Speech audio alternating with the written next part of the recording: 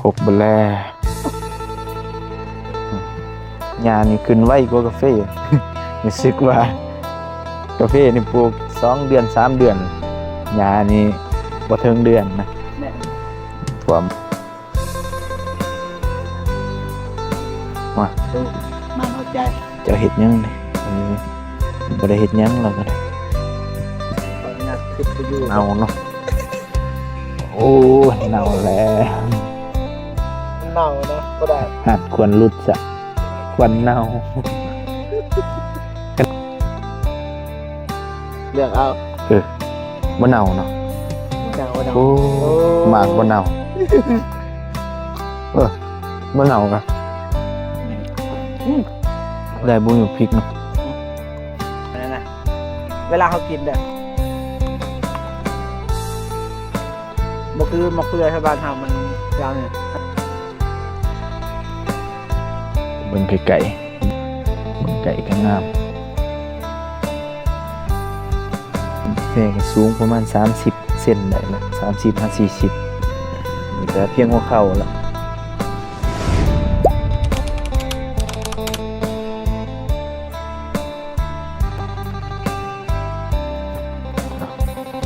กราบทักทายสบายดีเด้อพ่อแม่พี่น้องเนาะเบิดสุขุสุคนว่าอยู่ทางในและก็ต่างประเทศพี่น้องเนาะก็ยินดีต้อนรับเข้าสู่ช่องบ่าวเตียงทองเนาะแชนแนลคือเก่าอย่างนี้เนาะพอดีก็มาเบิ่งสวนเนาะนัดเพิ่นเสียหญ้าแต่หลายมื้อก่อนพุ่นแหละฝนบ่เซาจักเทื่อเนาะมื้อนี้ก็หนักกว่าคู่มื้ออีกยังหนักไปเรื่อยๆเป็นมื้อที่4แล้วฝนตกเนาะฝนลิ้นพี่น้องหญ้าก็หกขึ้นเนาะไวขนาดเชียร์บ่ได้เพิ่นบ่แข่งฝนนะ แต่คนเจ้าของเอง เนี่ยกัน ต้องเสียเองอะนะแต่มันบ่ได้ติพี่น้องเอ้ยเพราะว่าฝนเนาะฝนแบบบ่ละบ่เว้น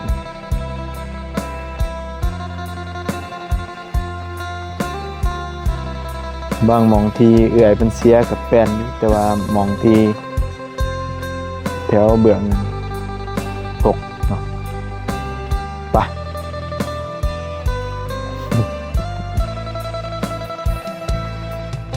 เข้าไปเบิ่งข้างใน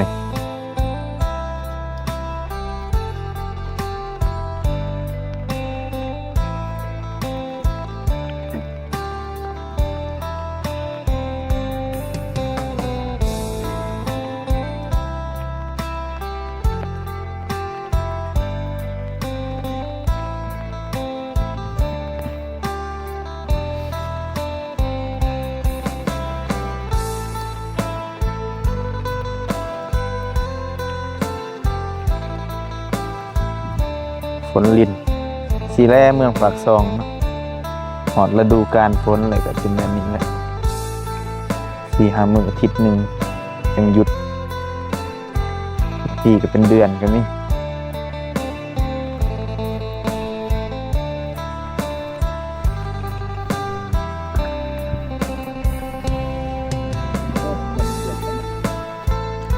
กบเกียดหอม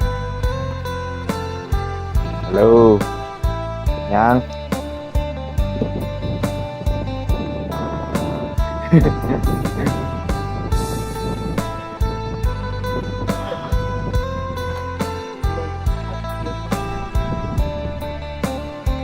เสีย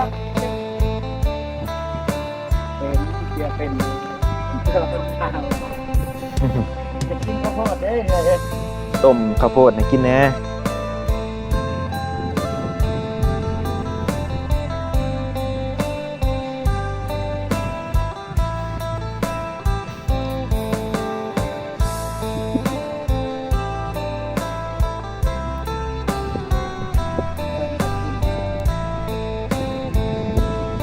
ตัวเสียใหม่กิน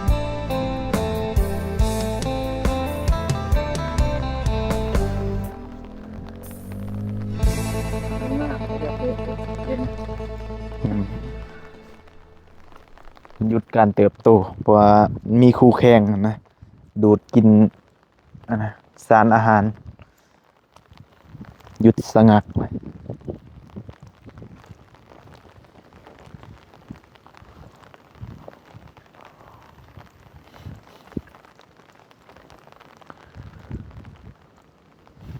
โอ้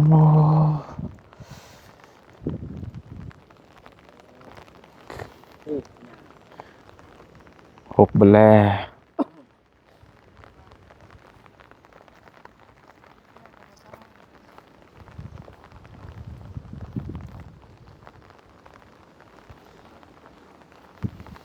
เป็นตกกาแฟเลยนี่ตกกาแฟ กาแฟ ตกกาแฟ ยานี่ขึ้นไวกว่ากาแฟ รู้สึกว่ากาแฟนี่ปลูก2 เดือน 3 เดือนล่ะยานี่บ่ถึงเดือนนะท่วมเบิดเพียงหัวเข่าเลยจักเสียดจังไดพี่น้องเอ้ยเนาะมันแบบหยานะแต่ว่าแถวนั้นกกใหญ่เบิด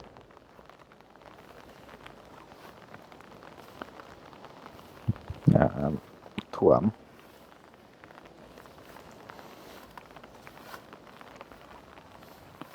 กาแฟงามเลย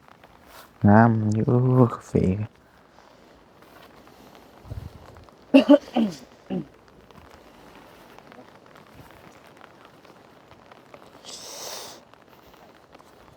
แกงฝนก็เป็นไข่รู้สึก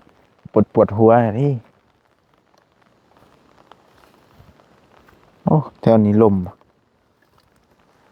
ดินมันบ่แน่นเลยแต่ว่ามันสิโยบลงคืนมาจาก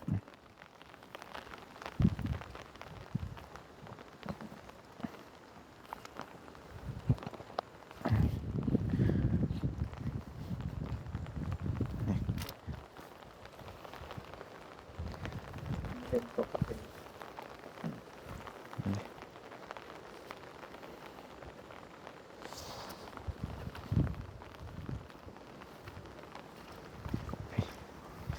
กลางเป็นงาก็มันว่าให้จัก2-3 มื้อก็ดีนะเสียน่ะที่ได้หลายเติบอยู่ แต่อันนี้ฝนบ่ว่าเลย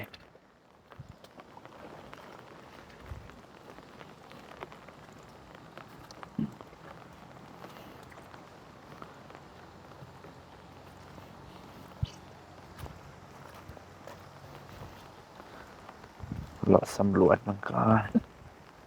คือจิตยาบอก นี่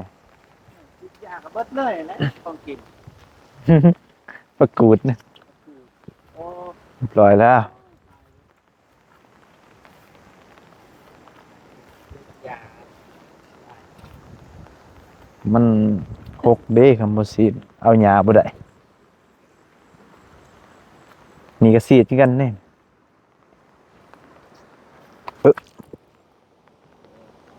เล็บเหีย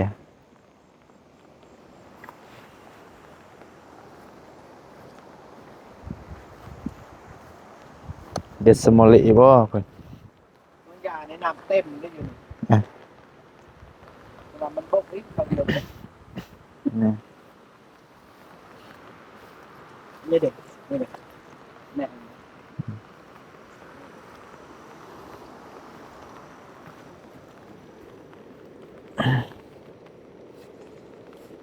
เป็นไง เตะกระตอกินมันเข้าเล็บ เอาเลย มันดันเข้าเล็บเดี๋ยวเจ็บ ดันดินเข้าไป อืม ดันดนดันดนเข้าไป เอ๊ะหย่อนมันอึ ได้กินอยู่ ว่าตัวนี้โบซีดตัวนี้คือซีดเลยผักทองไอ้แดง ว่าไปฉีดของเราเบิดแล้ว อยากกินเนื้อยา มันมีคำบ้าคำบ้า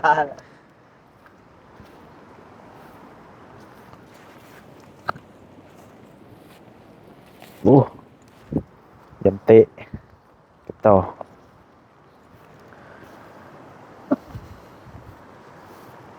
แดดซ้ามื้ออื่น มื้อนี้มื้อวานนี้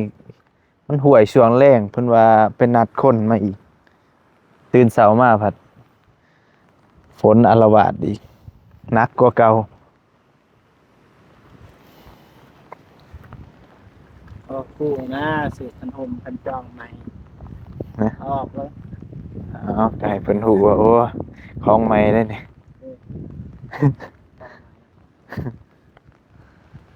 มันบ่มีตัวพับ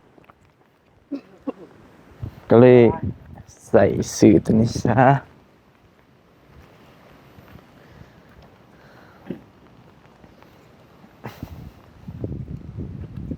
ก้าวเข้าเดือนที่3ยังพันฮอด3 เดือนติกาแฟอาจจะวันที่10ปลายบ่หรือ20ปลายจะฮอด3 เดือน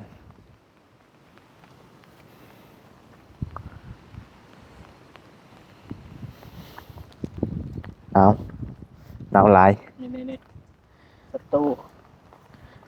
ว่า ประตูม่านหัวใจ เจ้าเฮ็ดหยังนี่บ่ได้เฮ็ดหยังเราก็ได้ ขออนุญาตขึ้นไปอยู่บ่ได้บ่ ปกติมันเพิ่นกินยางใหม่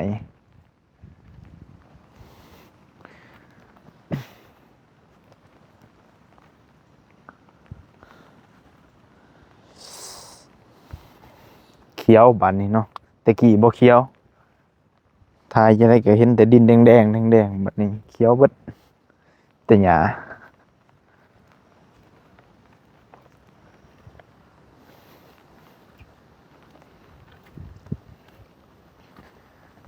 โทร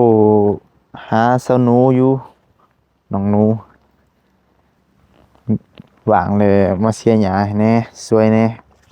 สิจ้างดอกแล้วว่า ย่อมแล้วฝนตก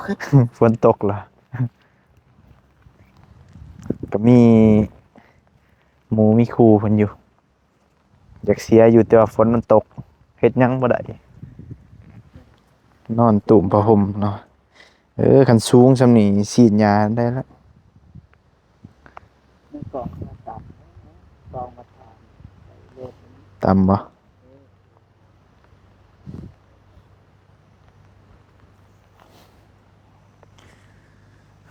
very beautiful ตัวนี้ก็เป็นเบอร์ซองแล้วแต่ก่อนหลัง เสียยาแล้วก็ใส่ปุ๋ยอีก ในกล่องก็มันหน่อยนะ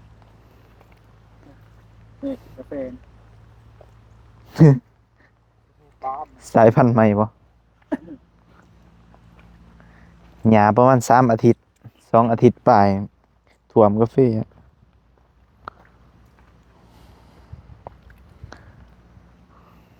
บ่ต้องกดนำเนาะ หลายโพดจนบอกให้หยุด จนภาวนาให้ฝนหยุด พายุเข้าเนาะเบิ่งเมฆลอยแบบ เข้าเสื้อบ่เตีย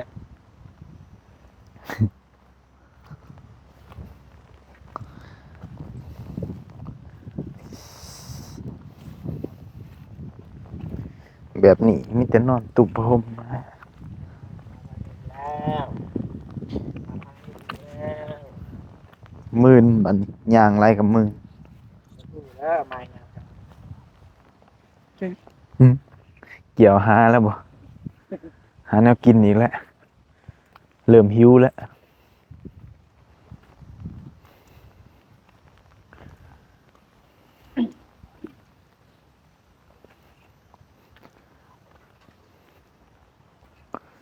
ทางใดคือเป็นได้ปลูกไปเลย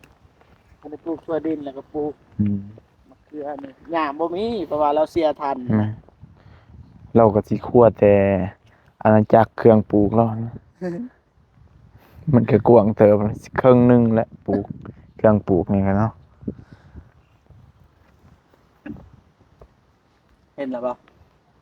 เฮ้ย เห็นแล้ว บ่เป็นปานใดนะ มันคล้ายๆมีแต่ดอกเป็นมักแตงตัวผู้ พ่นเห็นแล้ว เฮ้ยโอ้ย โอ้ตัวนี้บ่งามบ่เมก พองามแล้วได้มันก็ตายแหละ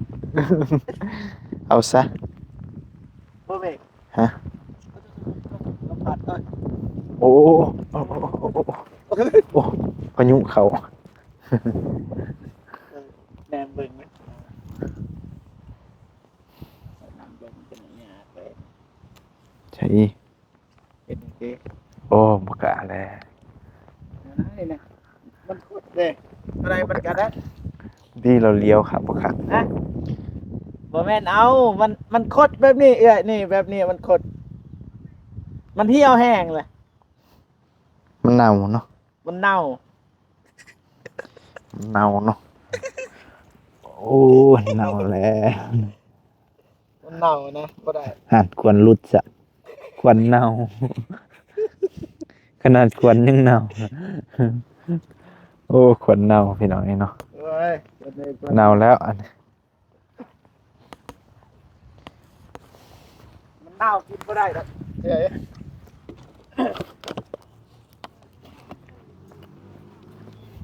จะบ่ได้ใส่ปุ๋ยมันนะ ได้ใส่ปุ๋ยหมากบ่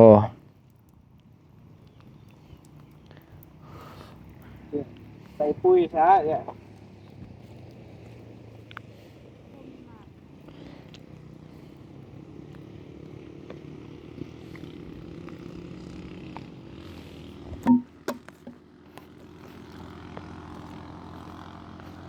เอาไปนะน้องน่ะมันจะเป็นต้องหาถ้าดูจะเห็น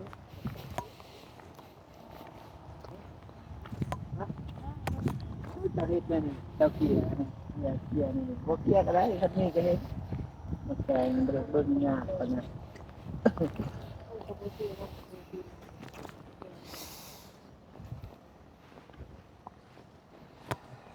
โอ้ จะถิ่มหรือเปล่า ฮะ จะถิ่มหรือเปล่าแตก นี่ ยังเสกเบิ่งอยู่ บางทีทั้งในมันอาจสิบ่เน่ามันเน่าแต่ขวด มันเน่านะจับในหนึ่งรุดเลยปวดขึ้นว่าตัวน้อยอย่างเห็นเบิดปวดมีตัวใหญ่เห็นนี่รุดนี่ รู้ดีเลย ปวดปวด จีขอดๆเนาะ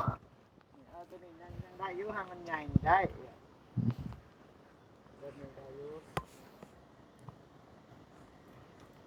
เอาจะว่าเวลาจะบ่อยู่นี่หาย อืม เจ้าเข้าเป็นให้เบิ่งน่ะบ่บ่วันนี้ก็ได้มาเด้อยันกองเชียร์ยังบ่แม่นเฮาเด้นี่ผักปลูกผักครบสุด ผักอีตู อะไรตู้บ่เคย แม่น เนี่ยแบบ สิออมกบ โอ้เบิดเท่านั้น กินโอ้อยากกินเลย อย่ากินเลย ใช่กินเบิ่งเจ้ามักกินผักอี ว่านะมันเปื่อนนะ กินแนวแปลกๆนะ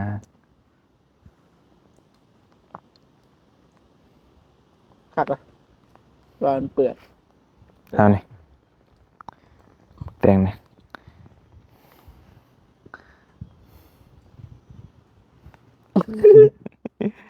เจ้ามันต้องมาเคือ เอาเลือกเอา บ่เน่าเนาะ ว่าหนาวว่าหนาว โอ้ โอ้ หมากบ่เน่าบ่เน่ากะ ก็นี่เดี๋ยวกินกันมาเนี่ยขัดวะ มากินกิน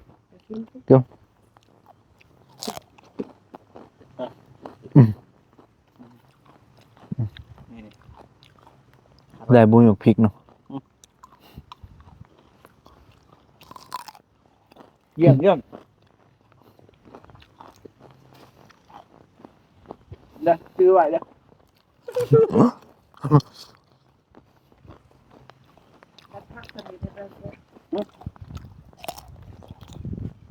เป็นยัง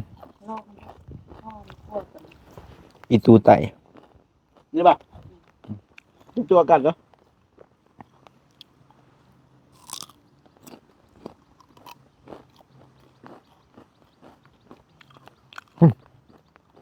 เป็นไง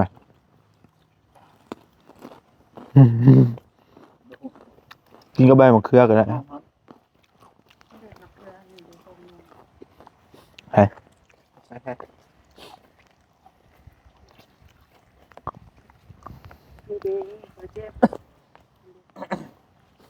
ใส่ ได้ปกตัวจะคุยดอก หืม จะมีดูคม ไปนี่บ่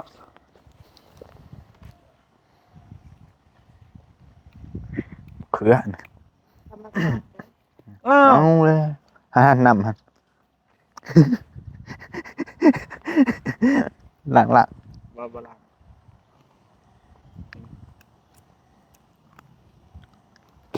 คักเลยจะกินเลยนี่สมเพาะมันแพงซื้อแพง ซื้อแพงใจเดี๋ยวนี้มันลงราคา ลงเลย วันนี้ ทงบักใหญ่20,000 15,000 บ่นะความหมายก็คือมันแพง ราคาใน ใน บ่ มันนะเวลาเขากินเด้อบ่คือมะเขือชาวบ้านเฮามันยาวเนี่ยอันนี้พอดีกินกับก้อยกับปน โอ้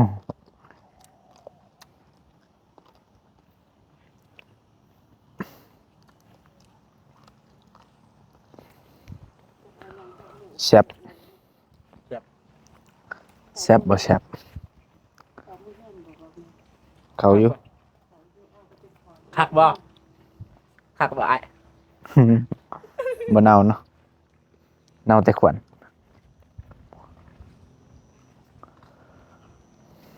อีไก่เฮือนนี่แฮงงามแน่อ่ะให้เบิ่ง360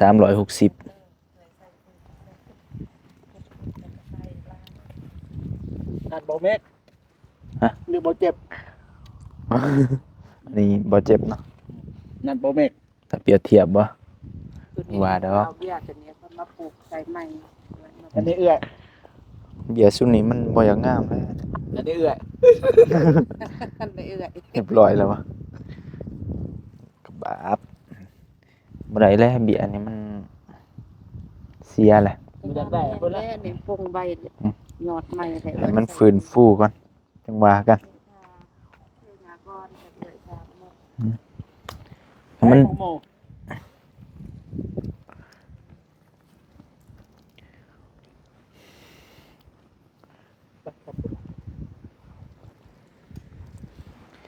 เกินขาดแล้ว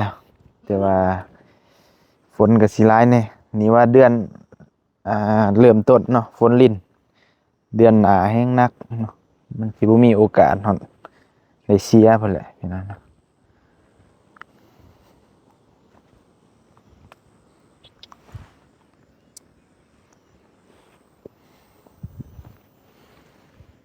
เบิ่งไกลๆเบิ่ง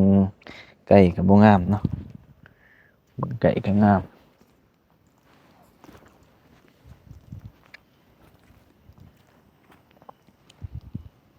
แต่บางต้น3ไม้เนาะ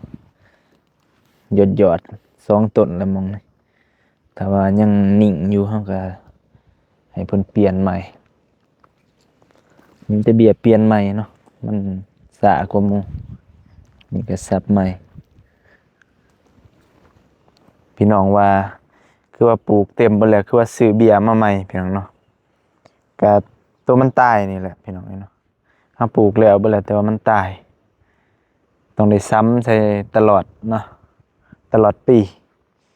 วิทย์จนวิทย์หนาพ้นพุ่นแหละจังได้พักปีหน้าก็ซ้ำใส่มาอีกเนาะมันจะตายคู่ปีใหญ่แล้วก็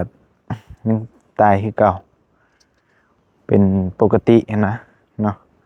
ปกติธรรมดามันจะบ่ได้100%เนาะ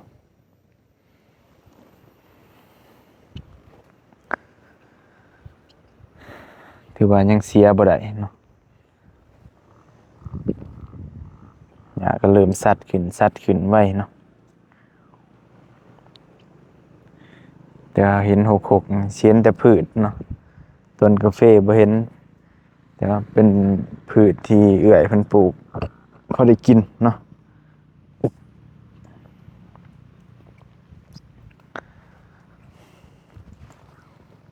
ต้นกาแฟก็สูงประมาณ30 เซนได้แหละ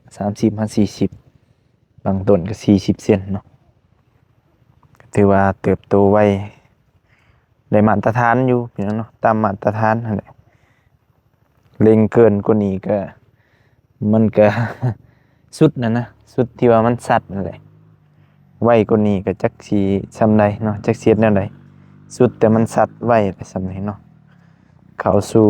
เดือนที่3 2 เดือนปลายเนาะนี่ก็เพียงหัวเข่าแล้วแตกกิ่งแตกงาปีหน้าก็ถือว่าน่าจะออกดอกหลายเติบแหละพี่น้องเนาะน่าจะเป็นดอกเป็นหยังได้เก็บต้นละกำละใดจังว่ากันเนาะแล้วปีนี้เฮาสร้างให้มันแข็งแรงได้หลายที่สุดมันจังบ่เสียเวลาเนาะประมาณ2 ปีก็ได้เก็บก็สิประมาณเดียวกันกับของบ่เมกอยู่เฮือนใหม่หั่นแหละเนาะ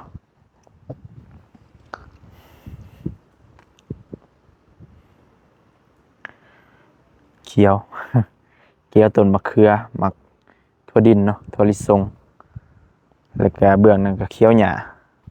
พี่น้องเอ้ย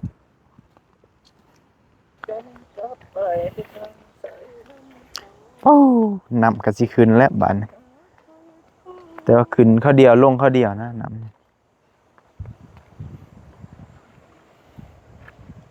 เลี้ยงปลาได้เลย ได้ปะ ใส่ตะนางเลยใส่ตะนางใส่ปลาออกแล้ว อ่ะคนก็เริ่มคอยลงแหละมื้ออื่นเช้าแค่แน่อยู่บ่ได้เชียร์หยังไรหญ้า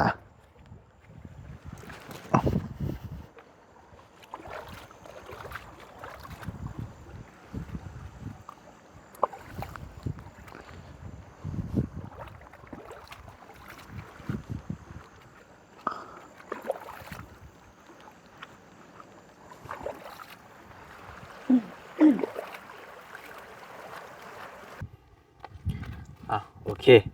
พี่น้องเนาะก็มาจอบสวนฝนก็ตกนี่สิตกมาอีกแล้วตอนนี้เนาะ